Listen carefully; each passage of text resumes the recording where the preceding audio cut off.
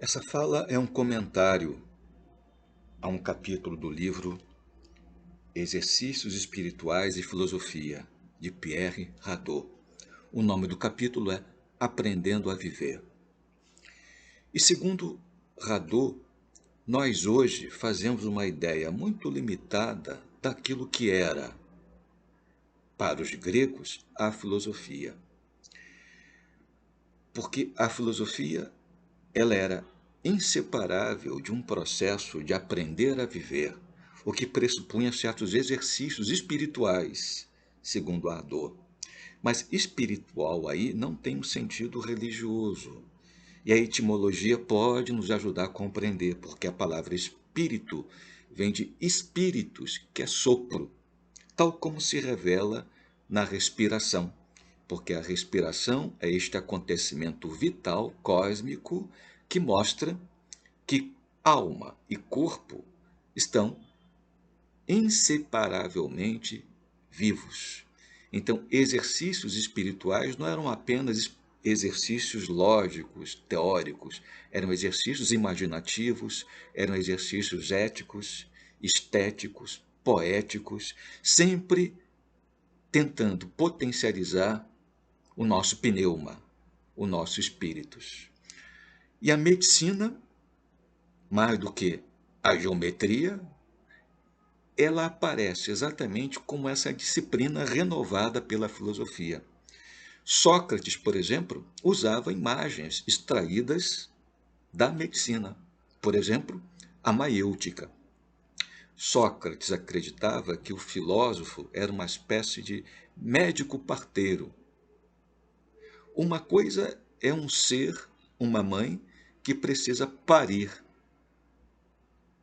um ser vivo novo. E para auxiliar nesse parir é que existe o parteiro. Então acontece algo semelhante com o filósofo.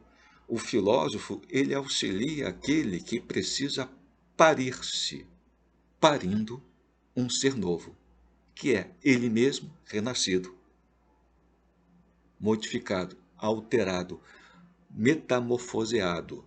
Então não é o filósofo que nasce naquele que ele auxilia a partejar, é um outro. Então, ler filosofia, eu acrescentaria, ler poesia, é necessidade de quem precisa parir-se, no sentido amplo e rico da palavra. Mas Sócrates também tinha outro meio que vem da medicina, que é uma atividade homeopática. A palavra homeopatia vem de homo, semelhante, e patia, que tem vários sentidos, mas um deles é sentir. Então, Sócrates, quando queria ensinar o que é o bem enquanto ideia, ele dizia: sintam como é o sol. Se o sol produz calor que traz vida, mais calor ainda traz quem consegue vislumbrar contemplando o bem, porque o bem aquece a alma. Então, esse conhecimento do sol, do bem, ou seja, da ideia do bem que existe lá no céu inteligível, Sócrates se valia de um procedimento homeopático, ou seja, sentindo o calor do sol, a gente consegue, por semelhança, também sentir o calor do bem.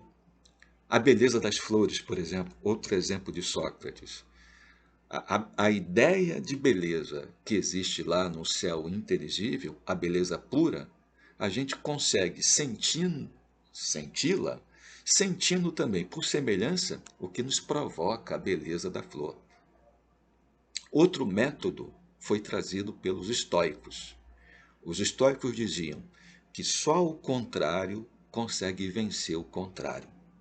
Por exemplo, só o amor consegue vencer o ódio. Só a ignorância consegue vencer, melhor, só o conhecimento consegue vencer a ignorância. Então não é com ignorância que se vence a ignorância. Não é com ódio que se vence o ódio. Porque se nós usarmos o ódio para vencer o ódio acaba nascendo também dentro da gente e assim envenenando. Então, Os estoicos, eles têm uma visão segundo a qual o afeto ou a ideia são remédios. Então, só o afeto contrário ao ódio consegue ser remédio ao ódio. Só o afeto remédio contrário à ignorância consegue vencer a ignorância.